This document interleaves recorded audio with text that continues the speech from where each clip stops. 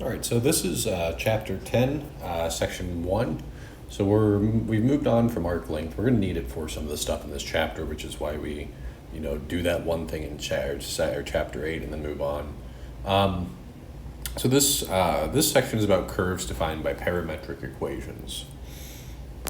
And so the point of this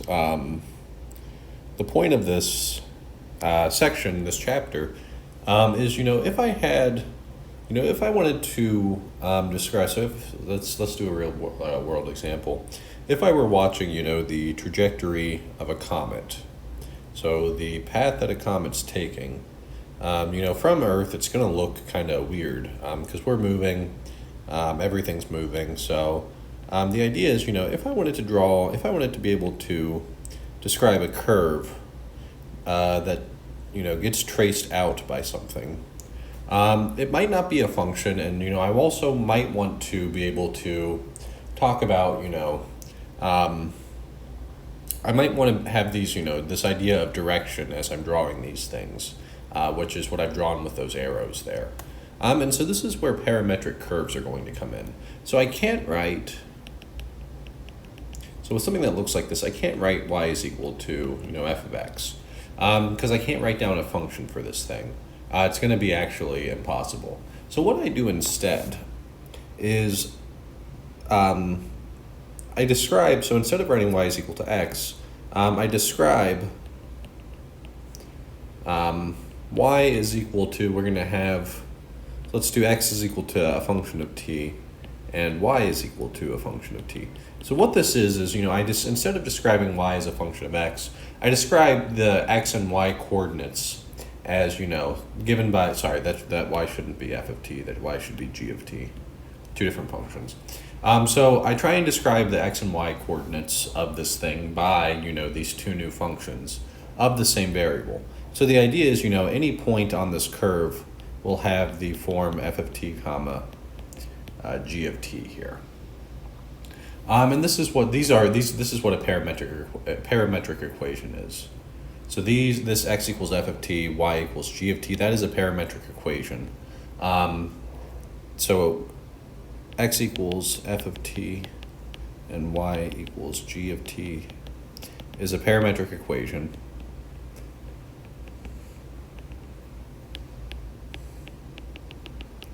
And t is the parameter. Okay, so what I'm trying to do is I'm trying to describe these things in ways that are still simple. So let's do an example here. So first we're just going to see some examples of how to draw these things. So we want to sketch and identify the curve defined by the parametric equations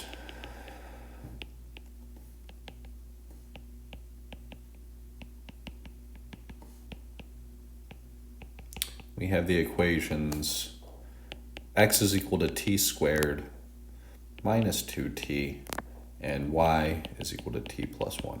And this is what I'm talking about. X is dependent on x is given by some function, y is given by some function.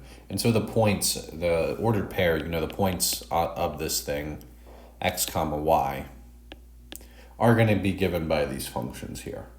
So what you can do, when you're first learning how to draw these, is you can pick values of t. And for those values of t, you'll get values of x and y. And so we can do, x comma y here also. So, let's just pick a few. So let's go from -2, -1, 0, 1, 2, 3, 4. Okay, so if I plug in -2 into x, I'm going to get -2 squared plus 4, so this is going to be 8. Y, I'm going to get -1, so this will have the point 8, -1. If I plug in -1, I'm going to get -1 squared plus 2, so that'll be 3. and then 0 here, so I'm gonna have the point 3, 0. You can keep doing these 0, 1, and then 0, 1. When I plug in 1, -1, 2,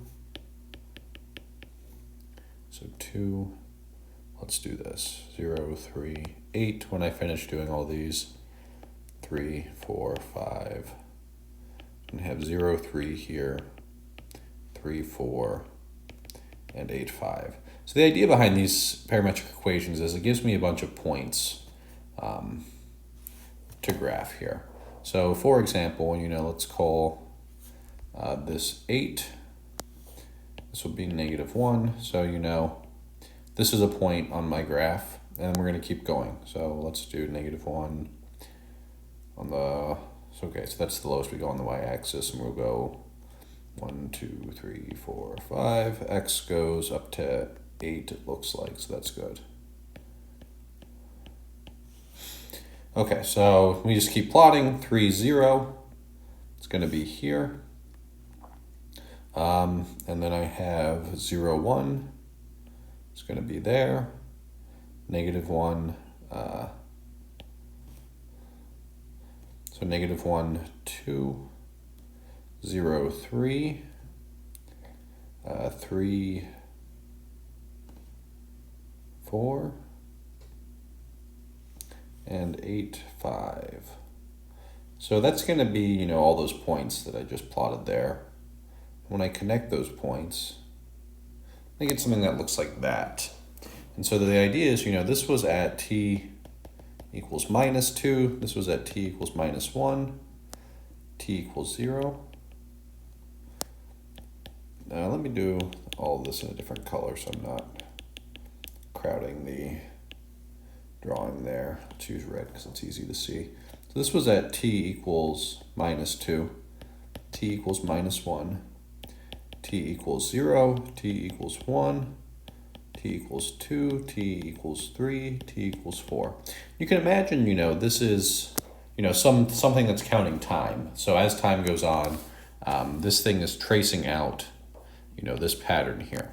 So between -1 and 2 seconds, it traces this first line here and keeps on going. And that's going to be a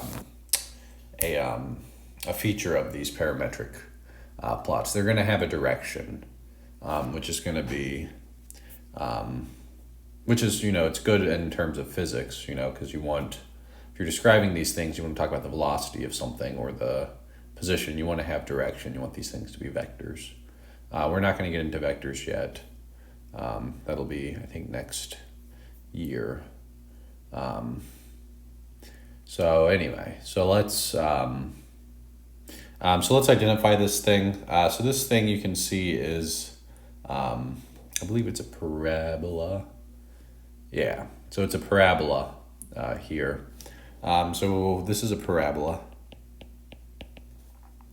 But you could also notice that, this equation, so your equations are x is equal to t squared minus 2t, right? And y is equal to t plus 1. So this equation could be solved for t, right? So if I solve this for t, I'm going to get t is equal to y minus 1.